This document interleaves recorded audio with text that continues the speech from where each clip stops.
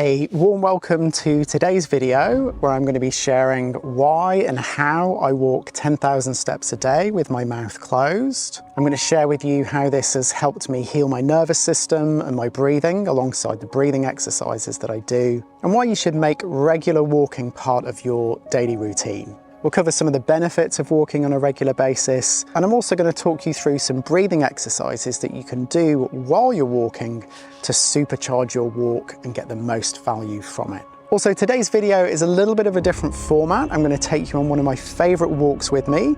Lots of nice scenery, lots of chat about Buteyko. So I hope you enjoy this. Just put it on the background, maybe even listen to it while you're out for a walk. Let's jump right in. So according to my iPhone, I have walked on average 10,000 steps a day for the last year. And that wasn't really my intention for it to be exactly 10,000 steps a day, but I did set an intention to walk more regularly because I just saw how much of a difference it makes. When I first burnt out, I found it very difficult to function, but one of the few things that I could do was go for a short walk, and it really made a difference to how I felt. And then it just kind of built from there. So alongside doing the Buteyko breathing exercises, I just gradually began to increase the length of my walks. And yeah, before I knew it, I was doing 10,000 steps a day. And I found the days when I didn't do it, I didn't sleep quite as well. I had a bit more brain fog, my overall nervous system felt more agitated. And so it's just become a way of life now, just getting out for a walk. So let's talk a little bit about the benefits of walking, and especially walking with the mouth closed. So first of all, there are plenty of studies out there that tell us that gentle physical exercise on a regular basis is really good for us. I'll list some of those in the description below. In particular, there have been some recent studies that look at how walking on a regular basis can improve our heart rate variability. And heart rate variability is really a measure of how healthy our nervous system is. It correlates well with overall levels of experienced well-being, and in particular, ability to recover from stressful situations. And so what we find with people who do, 50 minutes plus of regular exercise, maybe something like 10,000 steps a day, this can just make an enormous difference to their well-being. Now, from a Buteyko breathing perspective, walking with the mouth closed is particularly important because when we do that, we accumulate carbon dioxide in our body and in our blood. And that gives us a number of benefits. And again, I talk about these quite a lot, but I'll just say it again. Helps to improve blood flow and oxygen delivery throughout the body. So that's really good for healing if you've been through some sickness or a stressful time. That CO2 also stimulates the vagus nerve as well. Yeah, so that extra carbon dioxide, there are some CO2 receptors on the vagus nerve. So that stimulates the vagus nerve. It's one of the reasons why it feels calming to go for a walk with your mouth closed. And that also helps to improve your vagal tone as well. Also, and again, I talk about this a lot, by gently elevating CO2 levels in the blood, over time we slowly reset our carbon dioxide tolerance. So the breathing center in the back of the brain, the medulla oblongata, what happens is with these regular gentle increases of CO2, it slowly sort of resets your drive to breathe so that your everyday breathing is calmer, it's slower, it's lighter. And then you get all the health benefits that come with that as well. And actually just getting outside feels good. Getting outside for a walk, it's good to walk on a treadmill, but it's much better to get out into green spaces. And one study actually showed that there were differences in heart rate variability for people walking the same distances compared to green spaces and urban spaces as well. So if you can get to a local park, maybe find some local woodland or hills to walk in. Today I jumped on a train, right? So maybe if you travel for half an hour, you could get somewhere really beautiful like this. Well, I think it's beautiful anyway. So how should you approach your walk? Well, it's pretty simple really. Put on a pair of trainers or walking shoes, decide where you're going to walk, and then just start walking. Most important thing is to have your mouth closed. as you walk, but also just check in with your posture. You might imagine that there's a ball of light just above your head and that the top of your head is just gently rising up towards that. And then also just have your eyes looking out to the horizon as well. So sometimes you might need to glance down for tripping hazards and dog poo, things like that. But otherwise, try and avoid constantly walking looking down because that affects your posture and your breathing. So rather, try and look ahead.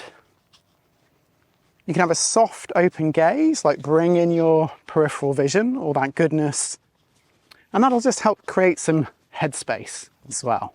Now, if you find that you get out of breath, then the first thing to do is maybe just slow it down a little bit, especially if you're not used to doing exercise or walking with your mouth closed. Also, probably avoid any hills to begin with. Once that feels comfortable, and that might take a few weeks, right? But once that feels comfortable, start bringing in a few breath holds. How do we do the breath holds? Well, it's a normal small breath in and out, and then we hold our breath initially just for 5 steps. So left foot is a step, right foot is a step, and so on. After those 5 steps, let go of your breathing and just let your breathing settle down and come back to normal. You don't need to focus on it in between the breath holds. In between the breath holds, leave sort of 30 to 60 seconds. So this is a bit longer than the small breath holds that you might have done sitting down. And always start off with shorter breath holds, so between sort of 5 to 8 steps. You don't want to feel really out of breath. You want your breathing to come back under control quite quickly, so these should feel easy and light. There is a place for longer breath holds, but that's really for more advanced Buteyko practitioners and only for certain bodies as well, and certain health conditions. And then every 30 seconds to a minute, you can do another breath hold. And I'd probably slowly step them up. So you might do a 5, then a couple of 8s, then maybe a couple of 10s. By that point, they may already feel too strong. So then step it back down again. Now, it depends a lot on your breathing health, how far you go. But if you're just doing this on your own, I probably wouldn't go past 10 steps initially. And then do some more reading, get some more advice about it. If you have any serious health conditions, I probably wouldn't do any longer breath holds, but 5 steps, 8 steps, probably okay. Check with your doctor first though. On a very simple level, we can think of our well-being like a bank account. So Robin Rothenberg talks about the energy bank account. And you can think of a walk as putting a deposit in your energy bank account, in your health bank account.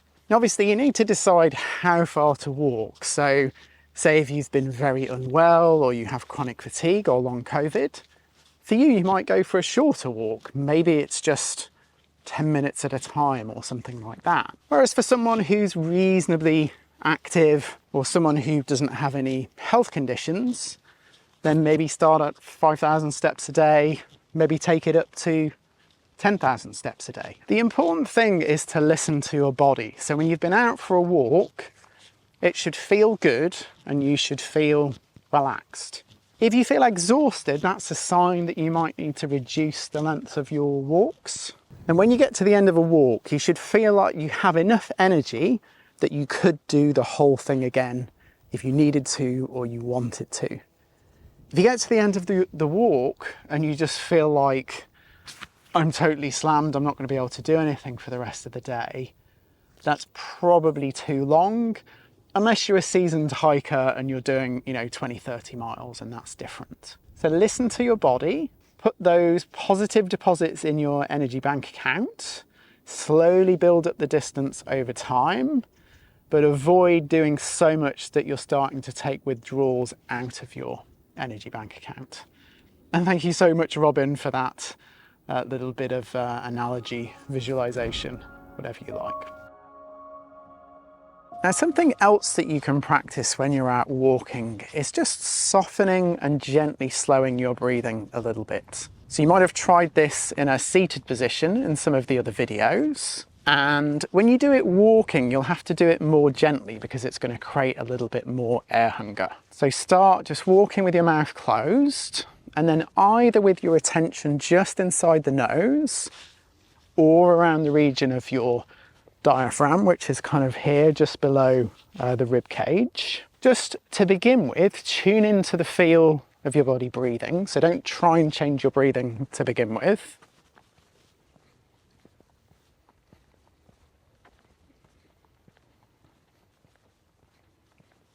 And then once you've found that, just put the brakes on your breathing by, say, 10%. So a really small adjustment. Sometimes I just gently put my hand on my belly just above my navel to sort of connect with my breath when I'm doing this.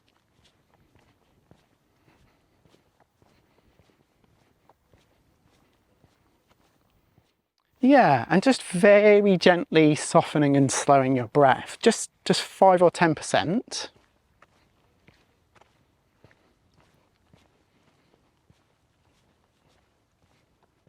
Just until you feel that mild shortage of air. This is a more advanced practice, so don't worry if you can't do it. And so by softening and slowing the breath, we're multiplying those benefits of nasal breathing when we're walking. And that's either going to make you feel like lots and lots of air hunger, and it might be too strong.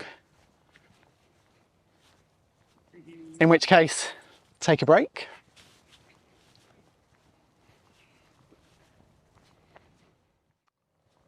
Or it might start to feel a bit calming, and you might start to feel a bit warmer.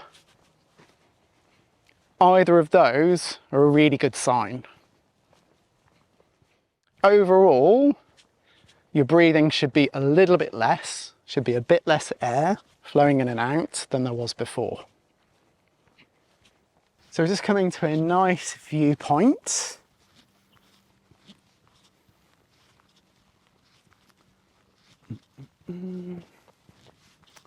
I'll spin the camera around in a sec so that you can see.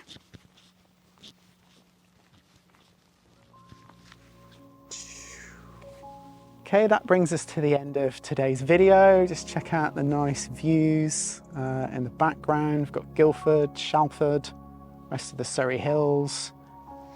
What about if you went and you put on your trainers and you just went out for a walk right now? Maybe somewhere like this or your local park.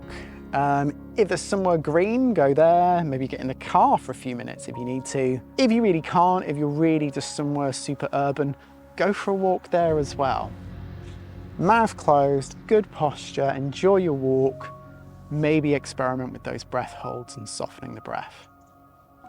Take care, and we'll see you next time. One more thing, for the next couple of weeks, I will respond to all the comments on this video. So if you've got any questions, any comments, let me know.